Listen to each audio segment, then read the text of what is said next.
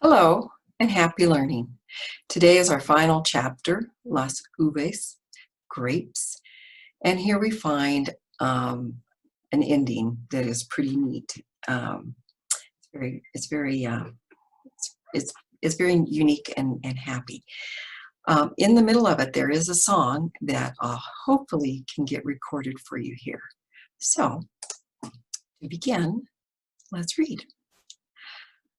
Miguel was the only one who could have taken the money orders. No one doubted that. Alfonso apologized to Esperanza, but Mama graciously said that Miguel must have needed the money to get to Northern California.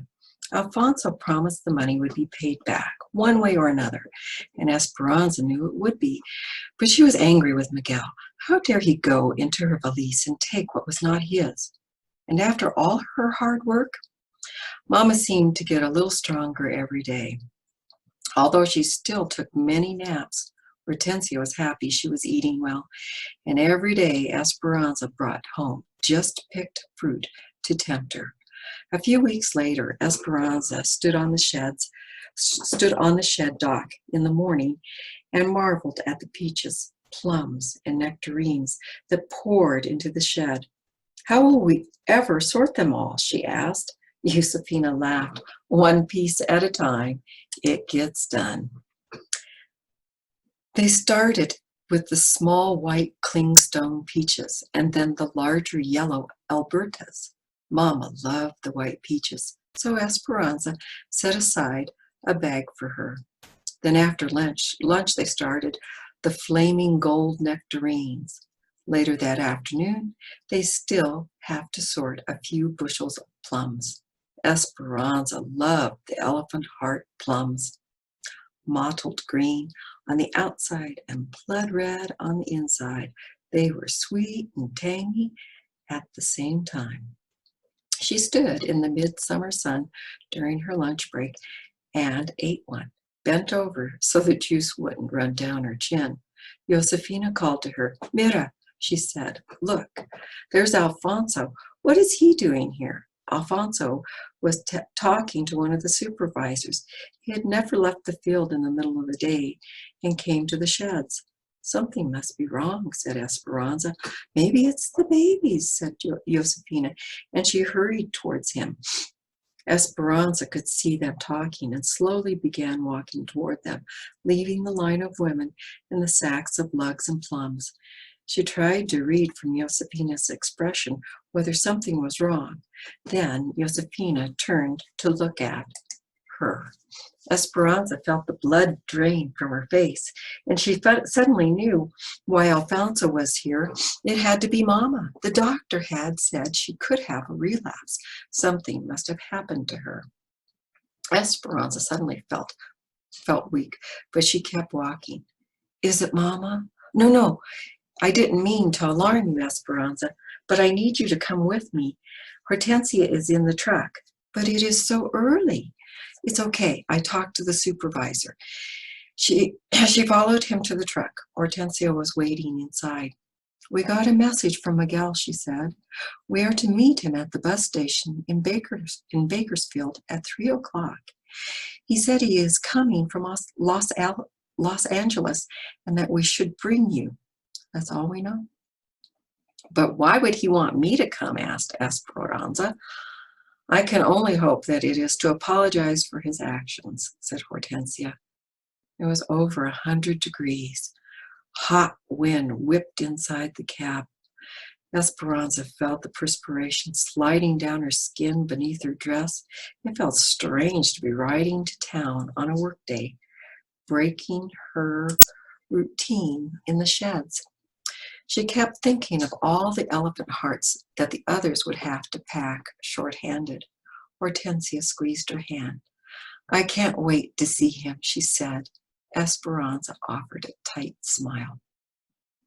They arrived at the bus station and sat on a bench in front. The clerks all spoke to one another in English. Their hard, sharp words, meaning nothing to Esperanza. It always startled her when she heard English, and she hated not knowing what people were saying. Someday she would learn it. She strained to hear each announcement that was made, finally hearing the word she was waiting for, Los Angeles.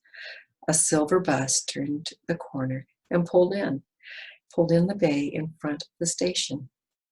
Esperanza searched through the passengers seated on the bus, but couldn't see Miguel. She and Hortensia and Alfonso stood up and watched everyone get off. And then finally, there was Miguel standing in the doorway of the bus. He looked tired and rumpled, but when he saw his parents, he jumped from the steps, grabbing his mother and hugging her, then his father, clapping him on the back. He looked at Esperanza and smiled. I have brought you proof that things will get better, he said. She looked at him, trying to be angry. She didn't want him to think that she was glad to see him. Did you bring back what you have stolen? No, but I brought you something better. Then he turned to help the last passenger from the bus, a small, older woman getting down the steep steps. The sun reflecting off the shiny bus glinted in Esperanza's eyes. She shaded them with her hand, trying to imagine what Miguel was talking about. For a moment, she saw un fantasma, a ghost of Abuelita, walking toward her, with one arm reaching out to her and the other pressing on a wooden cane. Esperanza, said the ghost. She heard Hortensia suck in her breath. Suddenly, Esperanza knew that her eyes were not deceiving her. Her throat tightened, and she felt as if she couldn't move. Abuelita came closer. She was small and wrinkled, with wisps of white hair falling out of her bun. At the back of her head, her clothes looked mussed from travel, but she had her same white lace handkerchief tucked into her sleeve of her dress, and her eyes brimmed with tears. Esperanza tried to say her name, but couldn't. Her throat was cramping from her emotions. She could only reach out for her grandmother to bury her head in the familiar smell of face powder, garlic, and peppermint. Abuelita, Abuelita, she cried. Aquí estoy. I am here, mi Anita. How I have missed you. Esperanza rocked her back and forth, daring to believe that it was true, looking at her through eyes to make sure she was not dreaming, and laughing finally. Laughing and smiling and holding her hands. Then Hortensia and Alfonso took their turns. Esperanza looked at Miguel. How? She asked. I needed to have something to do while I waited for work, so I went for her. After they pulled into the camp, they escorted Abuelita to their cabin, where they found Josefina and Juan and the babies waiting. Josefina, where's Mama? It was warm, so we settled her in the shade. She fell asleep. Isabel is sitting with her. Is everything all right?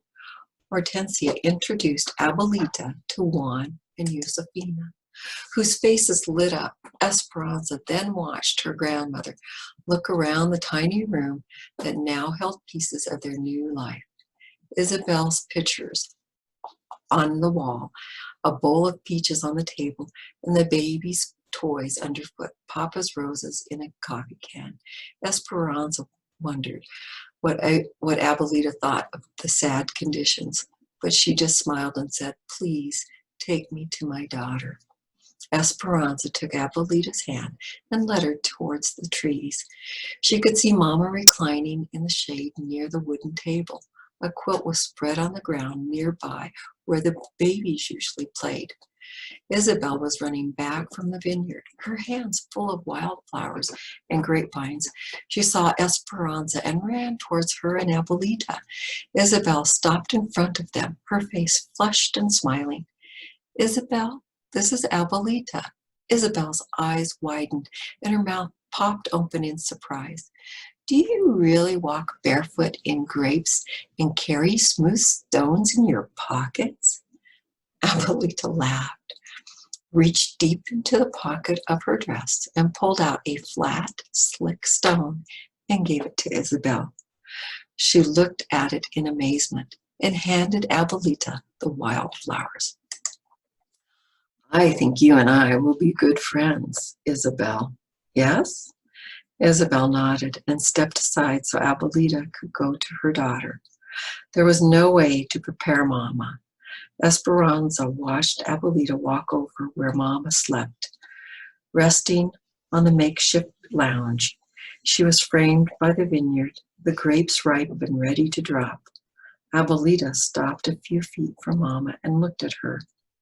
A stack of lace carpetas was at Mama's side, as well as her crochet needle and thread. Abuelita reached out and stroked her hair, gently pulling the loose strands away from Mama's face and smoothing them against her head. Softly, Abuelita said, "Ramona." Mama did not open her eyes, but said, as if she was dreaming, "Esperanza, is that you?" "No, Ramona, it is me, Abuelita." Mama slowly opened her eyes. She stared at Abuelita with no reaction, as if she was not really seeing her at all. Then she lifted her hand and reached out to touch her mother's face, making sure the vision was true. Abuelita nodded. "Yes, it is me. I have come." Abuelita and Mama uttered no words that anyone could understand. It was their own language of happy exclamations and overwhelming emotions. Esperanza watched them cry, and she wondered if her own heart would burst from so much joy. "Oh, Esperanza," said Isabel, jumping up and down and clapping. "I think my heart is dancing." Esperanza barely choked out the whisper, "Mine too." Then she picked up Isabel and spun her around in her arms. Mama would not let go of Abuelita. She scooted over and made Abuelita sit next to her and held on to her arm as if she might disappear. Suddenly, Esperanza remembered her promise, ran back to the cabin and returned, carrying something in her arms. "Esperanza," said Abuelita, "could that possibly be my blanket? Did you finish it?" "Not yet," she said, unfolding the blanket. Mama held one end and Esperanza pulled the other end. It reached from the chinaberry to the mulberry. It could have covered 3 beds. They all laughed. The yarn was still connected, waiting for the last row to be finished. They all gathered on the quilt at the table. Esperanza sat down and pulled the massive blanket next to her, took the needle and began crocheting the final stitches. When Mama could finally speak, she looked at Abuelita and asked the same thing Esperanza asked. "How did you get here?" "Miguel," said Abuelita. "He came for me. Luis and Marco have been impossible. If I went to the market, one of their spies would follow me. I think they thought you were still in the area and would eventually come back for me." 10 stitches to the top of the mountain. Esperanza listened to Abuelita tell Mama how infuriated Tio Luis had been when he found out they were gone. He'd become obsessed with finding them and questioned all of their neighbors, including Senor Rodriguez. They had even come to the convent to question her sisters, but no one told him anything. Add 1 stitch. A few months after they left, she had a premonition that something was wrong with Mama. The feeling would not let go of her, so she lit candles every day for months and prayed for their safety. 9 stitches down to the bottom of the valley. Then one day, when she had almost given up hope, she found an injured bird in the garden that she did not think would fly again. But the next morning, when she approached it, the bird lifted into the sky. She knew it was a sign that whatever had been wrong was better. Skipped 1 stitch. Then one of the nuns brought her a note that someone had left in the poor box addressed to her. It had been from Miguel. He suspected that Abuelita was being watched, so he delivered his notes after dark, telling her of his plan. 10 stitches to the top of the mountain. Miguel and Senor Rodriguez came in the middle of the night and took her to the train station. It was all very exciting, and Miguel didn't leave her side once during the trip. He brought her all the way here. Add 1 stitch. He said that Ramona and Esperanza needed her. He was right, said Mama, her eyes tearing again. Carefully looking at Miguel, mountains and valleys, so many of them, thought Esperanza, and then a strand of her hair fell into her lap. She picked it up and wove it into the blanket, so that all of the happiness and emotions that she felt at this moment would go with it forever. When Esperanza told Abuelita their story about all that had happened to them, she didn't measure time by the usual seasons. Instead, she told it as a field worker in spans of fruits and vegetables, by what needed to be done to the land. They had arrived in the valley at the end of the grapes. Thompson seedless, red Magallas, and blue-black reavers. Mama breathed in the dust, and at the end of the grapes, and that's when she got sick. Then it had been time to prune the grapes and get ready for potatoes. Working potatoes was the heart of winter and the cold that dampened the bones. And during potato eyes, Mama had gone to the hospital. There had been no months with names, only time of tying canes amidst the ghosts of grapes and gray days that never warmed. But afterward came the anticipation of spring and a valley pregnant with needs, graceful asparagus, ripening vineyards, and groaning trees. Then early peaches called, crickets in their fields started their nightly symphonies, and Mama came home. Abuelita arrived during plums, and now the grapes are delivering another harvest, and Esperanza was turning another year. A few days before her birthday, Esperanza begged Miguel to drive her to the foothills before sunrise. There was something she wanted to do. She woke in the dark and tiptoed from the cabin. They followed the dirt road and headed east and parked when they could go no further. In the gray light, they could see a small footpath to a plateau. When they got to the top, Esperanza looked out over the valley.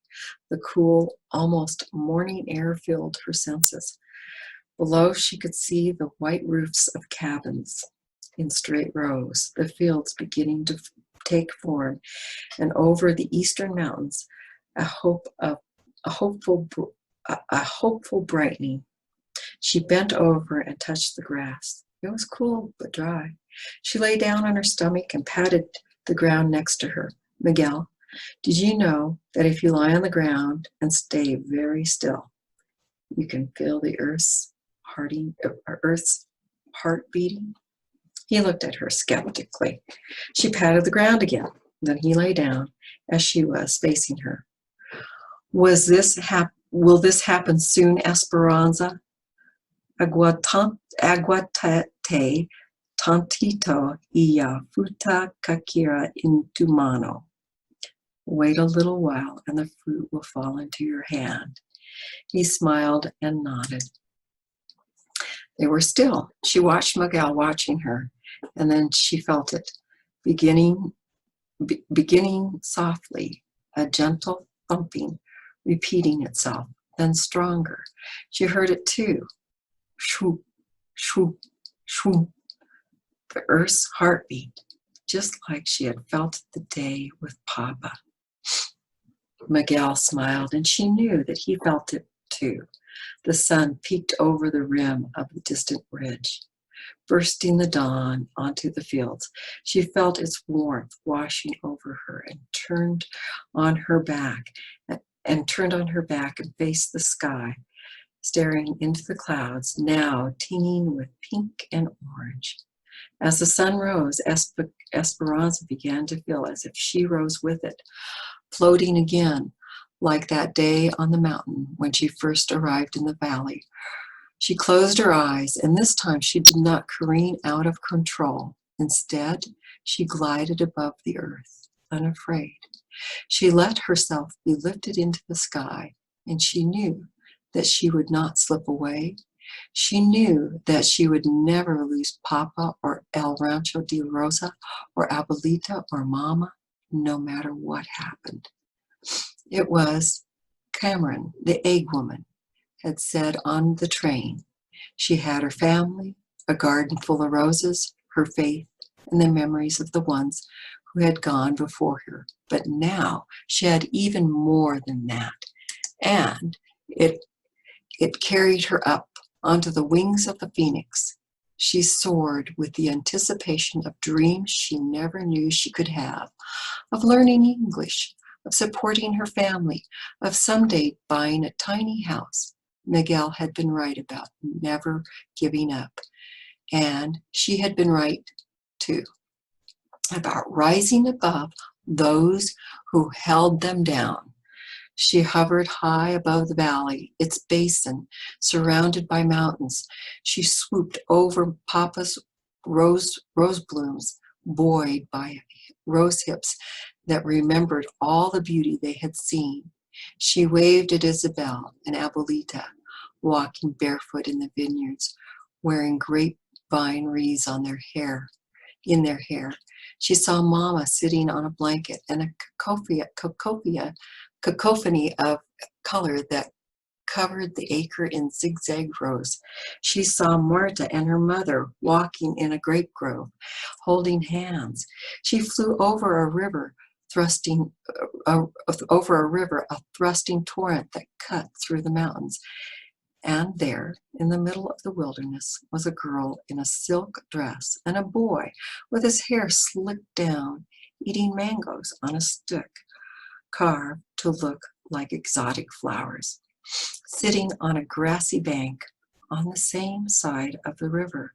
Esperanza reached for Miguel's hand and found it. And even though her mind was soaring to infinite possibilities, he touched her heart. He held her heart to the earth. And this is the song I'd like to include. Estas son las mañanitas que cantaba el rey David.